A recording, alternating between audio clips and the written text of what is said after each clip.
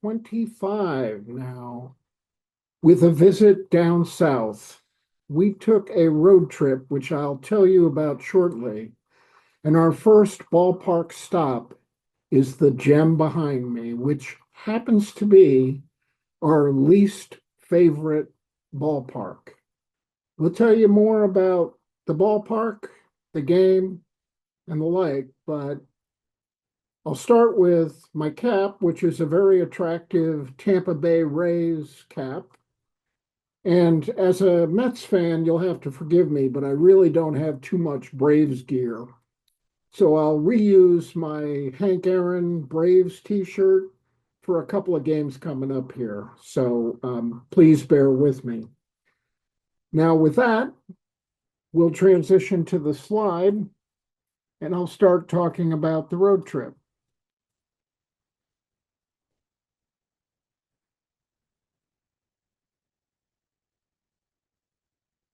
Here we are. Let me move me. In May of 2018, Carol and I took what would be our longest road trip to date. Well, actually, not to date, overall on our baseball journey. And I realized that it's very difficult to read these two maps, one on each of the upper corners of the slide, but they tell the story of our road trip. We started off by leaving our home near Reading, Pennsylvania, driving south, and we stopped in Lynchburg, Virginia, traveling through the beautiful Shenandoah Valley. And we stopped in Lynchburg for our first stop. That was about 350 miles away from home. Had a nice overnight in Lynchburg. Then we pressed on further south and we stopped off in Davidson, North Carolina, which is where my brother and his family lived at the time. We stopped in at a time where one of the three children were there at home, and you can see a picture of the five of us right here next to the lionfish that I'll talk about a little bit later. So day two had us stop in Davidson, just outside of Charlotte. Day three had us travel to Savannah, Georgia. Now, Savannah is quite an enjoyable southern town, and we have a few pictures that you can get to for Savannah here, for Lynchburg there. As we came into town, I believe we came in over this bridge, the Talmadge Bridge, which is a very tall bridge. And I think it's tall to allow container ships. And we just happened to be fortunate to catch during one of our walkabouts through Savannah later in the day, a container ship passing underneath that particular bridge. That evening, and we only spent one day in Savannah as well, we had a spectacular meal at a place called Alligator Soul. And one of the things that made that stop interesting, in addition to the great food, was the fact that I think our waiter was from Carlisle, Pennsylvania, just around the corner from us. From Savannah, our third stop was on the west side of Florida, uh, Tampa, St. Pete. We actually stayed in St. Petersburg. And I'll just continue the story about the trip and then we'll get back to the slide. What we did to continue on this 3,400-mile journey after we had several days in Tampa, St. Pete, is we headed south and then went across the Everglades to Miami, stopped in Miami for the game there, retreated home on the east coast of Florida, several attractions that we'll talk about there, stopped in Jacksonville, and then came through Atlanta again because we had visited Turner Field a while ago, and there was a prior episode about that visit. But we stopped in Atlanta so that we could take in the now current ballpark, Truist, and then from there we retreated home. So this was our longest road trip, 3,400 miles. And for those of you who haven't watched all the episodes, we actually drove more than the circumference of the Earth in getting to all these different ballparks. Now, the game, and here again, as with all the prior games, you have access to the box score right here. It was a defensive game, but it was an exciting game. And there were a total of 9 hits. The Rays had more than their fair share of them. And however, they still succeeded in losing the game. This says indeed it was a defensive game. There wasn't a whole lot of scoring, and that's why I say that. And the photos from the game and from our visits to St. Petersburg are available at this particular link. This link, which I should have mentioned at the get-go, is just these two images for those that want to see the road trip in a large enough scale that you can actually see what we did. Okay, so this particular bullet, the Trop, as it is affectionately known, and we got there early. Here's another rendition of the same picture that's my background, except this one is solarized to make it even look more inviting. Um, the Trop always looks a little lopsided. They have since lost their roof with Hurricane Milton, but we got to the park early and we had a chance to take in some of the um, things that you could see in the ballpark. The Rays started out life as the Devil Rays, shortened their name to the Rays, and there's a lot of interesting history for the Rays that's available for you to check out at the Trop. That doesn't compensate in any way or make it elevate a little bit higher on the favorite ballpark list. It is still the least favorite park. We did walk to the park during the late afternoon after our dinner, early dinner, to get to the game, and that was only about a mile walk, but it was it was quite a game, and we have a couple of pictures here. One is this particular fellow, and he's got his name is right here. Hecaveria or something like that plays, I think, second or short for the Rays. And he was involved in something during the game that we saw that I don't think you will ever see again. He had an injury because of a ball taking an unusual bounce off a speaker on the roof ceiling. So, and there's the roof ceiling in the upper right there. And I have a link to the clip right there. There is a tank with rays available here, and right there you can see the tank as well. So, a lot of interesting history. The attendance at the game was very slight. This may have also been the ballpark that cost us the least to get top-notch, up-close and personal seats.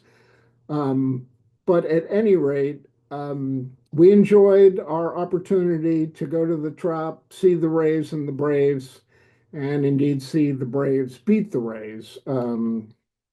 Okay.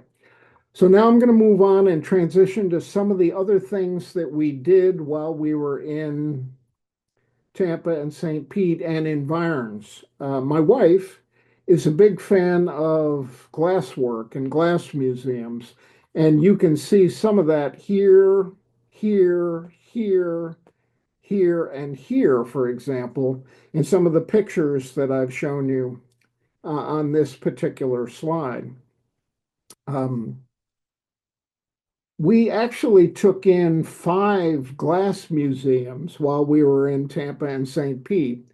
We went to also the Museum of Fine Arts, and this wonderful facility is the Dali Museum, Salvador's museum there.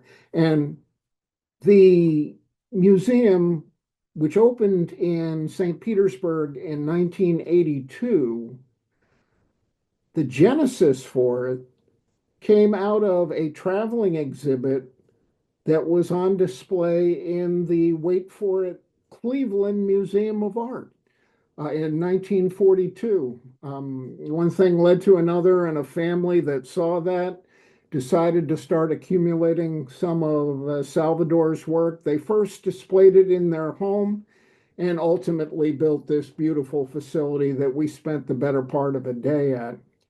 We also went to the Museum of Fine Arts in St. Petersburg.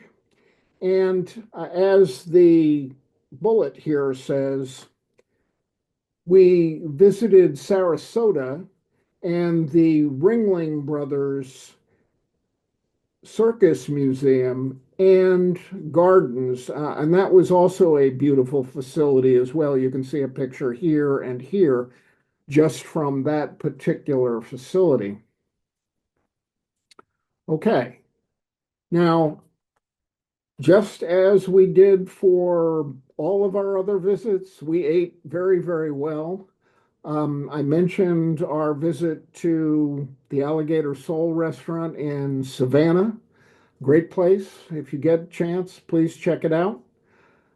But one of my most favorite hotels, which I had the opportunity to stay in a couple of times during earlier visits to the area, is the Don Cesar. We did not stay there, but we did stop off for a late afternoon drink. We played some pinochle in the lounge, Carol and myself, and then we had a wonderful dinner at the Maritana restaurant in the Don Cesar. And the one thing I want to call your attention to there is this gem, which is known as the reveal dessert. And why is it a reveal dessert? Well, I think it's a white chocolate egg, and they pour this, you can see it's kind of purplish. I think that's blueberry sauce that's warm that they pour over the egg. It opens up as a result of the heat, and then you have more dessert than you can probably handle there. But really a wonderful, wonderful eating experience that we had there. During the same day that we went to the Ringling Museum, we also stopped off at the Hard Rock Casino Hotel in Tampa, and a little bit of George history here. One of my favorite bands growing up was Steppenwolf. I'm going to date myself there. And their lead singer, John Kay, they started out life as the Sparrow, a Canadian band, and then they moved to Los Angeles, renamed themselves Steppenwolf, had a couple of hits, and I'm still rooting for them to hit the um, Rock and Roll Hall of Fame inductee list. I don't know if it's ever going to happen, but they had a guitar of John Kay right here. And John, for those who don't know, escaped with his mother from East Germany to get to Canada. Just a little bit more about George history. 1971 had me go to this particular concert. Um, Saturday, April 18th. The tickets in the afternoon, I think, were $3.50. to see Steppenwolf, and indeed took that in. But I figured I'd show that linkage with this particular artifact from the Hard Rock Hotel and Casino. Um, Now, I put a book in here as well. 1973 is the year this book is all about. It says it's the greatest summer in baseball history. It happens to be a year when my Mets made it to the World Series and lost, I think, in 7 games to the Oakland A's. It was Willie Mays last year. I think he retired from being a Met there, and that's a picture of Willie in the postseason, I believe, arguing a particular call at home. But the reason I put that book here, well, also let me 1973 was also the year that Hank Aaron, back to my T-shirt, um, was closing in on Babe Ruth's 714 home runs. Henry finished the year with 713 home runs. He just couldn't eke out the last one, but he did have a miraculously productive 1973. He had more than 40 home runs. And um, George Steinbrenner also has some notoriety in that book, just as it was the year of Watergate and Richard Nixon's troubles. George Steinbrenner was very active as the Yankee owner at the time, and George got himself into some trouble with some illegal campaign contributions that he kind of coerced his employees to make illegally. And there was some contest as to whether or not George or Richard Nixon would get called on it first, and I think we know the answer to that question. Okay, I think I've talked about most everything on this slide. This lionfish up here was right next to us as we were eating our meal and at the Don Cesar and enjoying that particular dessert. Um, I think that's about it, with the exception of this. We went to the St. Petersburg Historical Museum as well and learned that commercial flight actually began in this neck of the woods many moons ago. So that's it for episode 25. Episode 26 will be coming up shortly. That takes us to Miami via the route that I described earlier across the Everglades on the southern part of Florida. So thanks for your attention, and we'll see you back soon.